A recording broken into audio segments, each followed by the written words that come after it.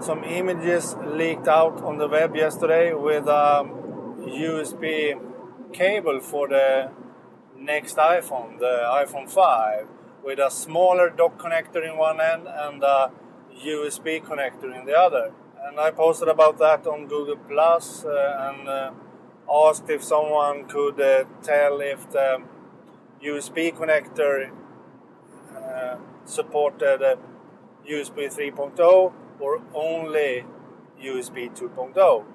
Maybe you have seen my video when I talked about that I think that the smaller dock connector will support USB 3.0 because all the MacBooks has been updated with USB 3.0, so it's just logical that the iPhone 5 will also support USB 3.0.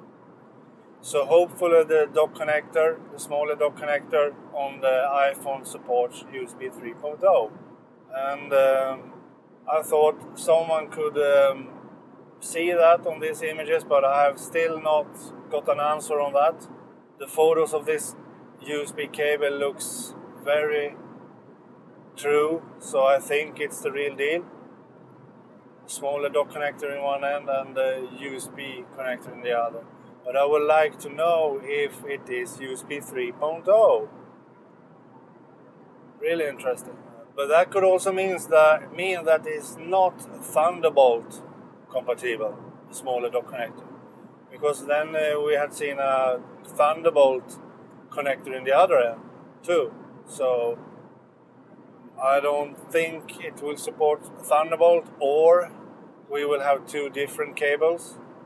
One with a USB connector in the other end and one with a Thunderbolt connector in the other end, of course. So it still don't know if it supports both USB 3.0 or Thunderbolt and Thunderbolt.